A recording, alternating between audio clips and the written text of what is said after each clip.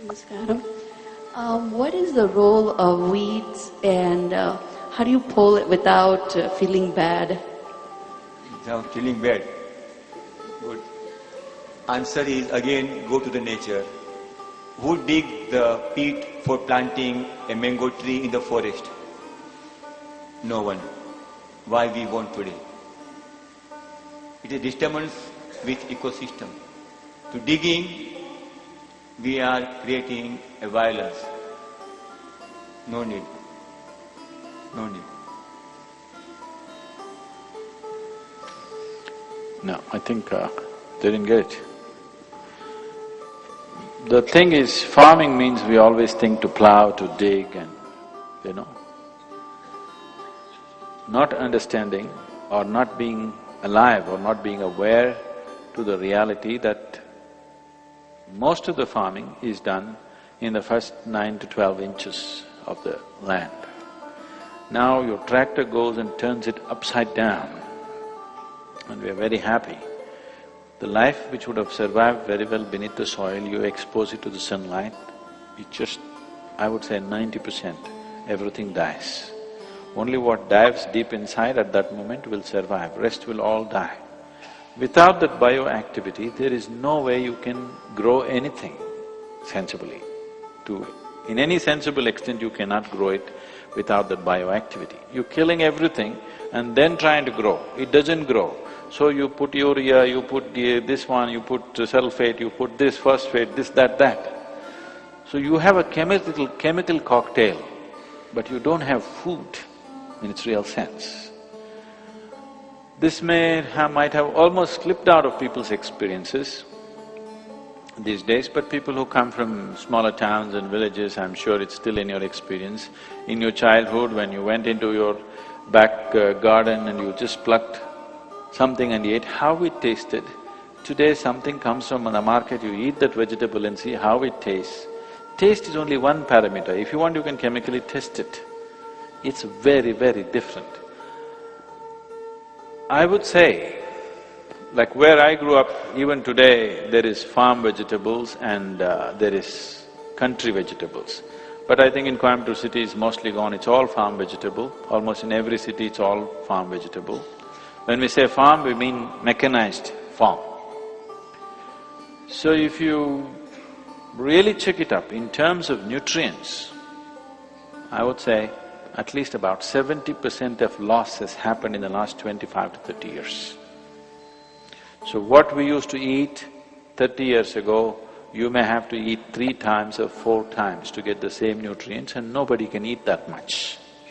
So naturally, all doctors are saying now, unless you pop a pill or unless you eat non-vegetarian food, there is no way you can nourish your body. They're proving to you that you cannot nourish your body with vegetarian food. We have lived in this land for thousands of years on vegetarian food pretty well. And without any animal product, not even with milk, without even using milk, people have survived and lived well. That is because the food was grown in a certain way.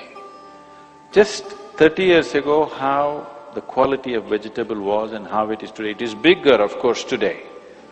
It's much bigger, weighs better, it's good for the market, but not good for the man. Give me inspiration to tell more again for your question.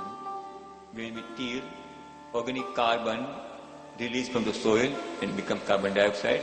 So life reduce, one. Second most dangerous point is water holding capacity is becoming less. So you need more water, which is going to be a bigger problem for the farmers too. Third, microbial life you already explained. Fourth, erosion. Erosion of the soil is comes 10 to 80 tons per hectare per annum. A 1 inch of soil takes 500 years to prepare. So if there are so many other reasons, why not to dig, why not to till? The usage of water in modern day agriculture is quite criminal. Normally, for example, to grow a coconut tree, the drip irrigation companies will tell you, drip irrigation is a way of economizing on water. they will tell you minimum 50 to 60 liters of water per tree.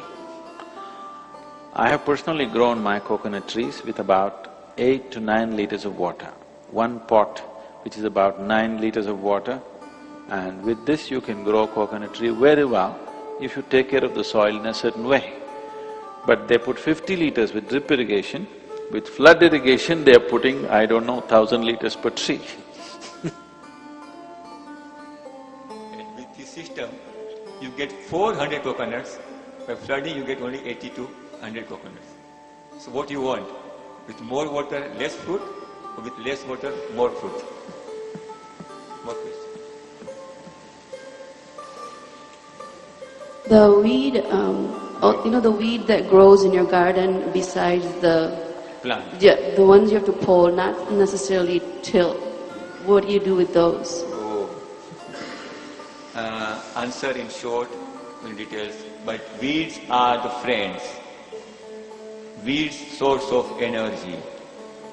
If you observe, no insects visit the weeds. Weeds are so vital, no insect effect to weeds. And we are so innocent or so smart, if we remove the vital plant as a weed and throw out, nature grow weeds to harvest sun energy and to give back amrut from the soil extracted by the weeds and to be given to the plant nearby. So weeds are the source of extracting amrut from the soil and harvesting or networking of sunlight, and more nutrition plant in the field is the weeds. So weeds are to be taken as a friend and source of energy. So not to kill, allow it. Through roots of the weeds, they provide inside also nutrition.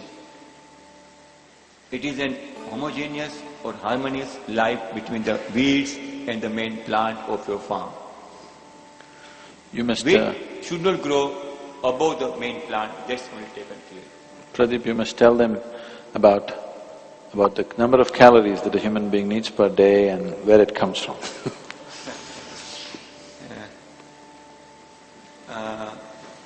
Energy, the calorie value, what we are taking, it comes from the sun. And per square foot, sunlight falling and giving you energy calorie is 1,250 calorie per square foot in India. And that only harvested by the weeds. If you have capacity to harvest a sunlight directly, only 2 square foot area is sufficient to survive yourself.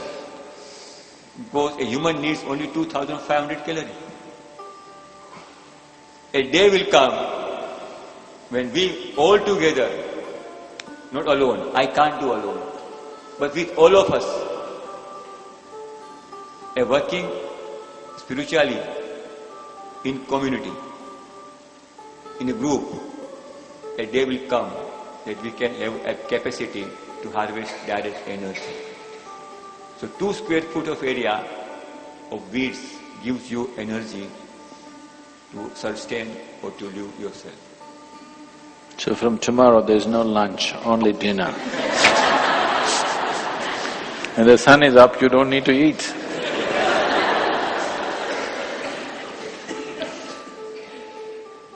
If Guruji visualize, it will happen.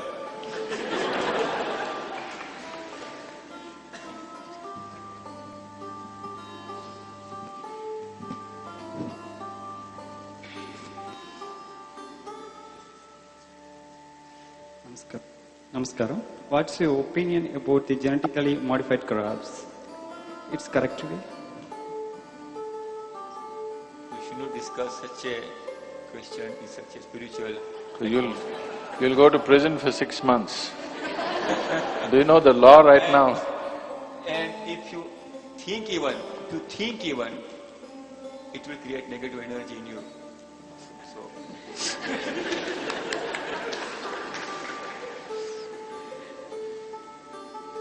One line answer, whatever we have not done has spoiled our planet, will spoil in future 10 years. That is the gift. It will be if we accept genetic food, GM. It will finish in 10 years. Such a harm with GM. So I don't want to discuss, please.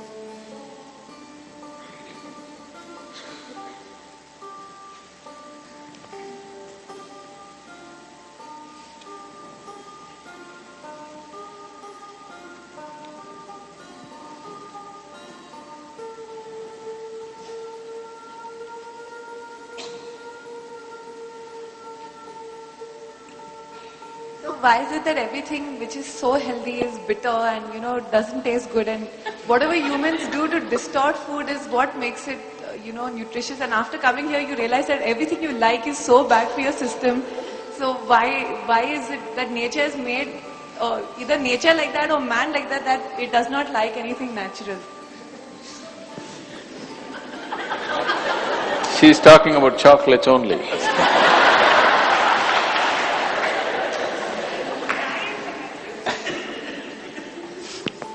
I couldn't understand. We'll discuss when you please. Please, again.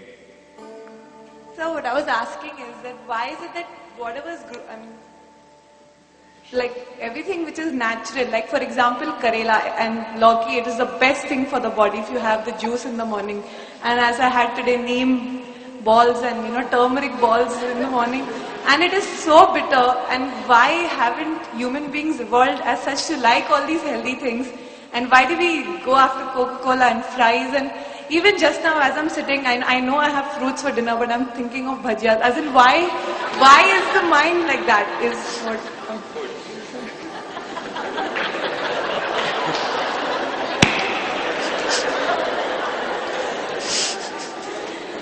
There are two types of bacteria working in your body.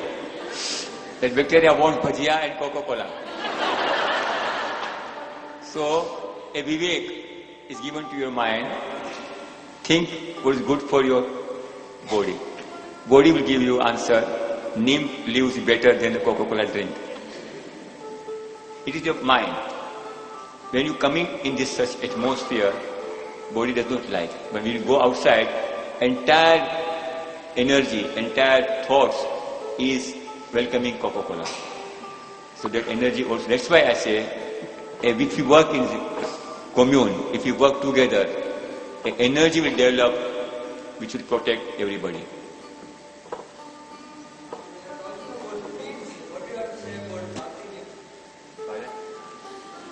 What? No, don't go close to him, Pradeep, he's…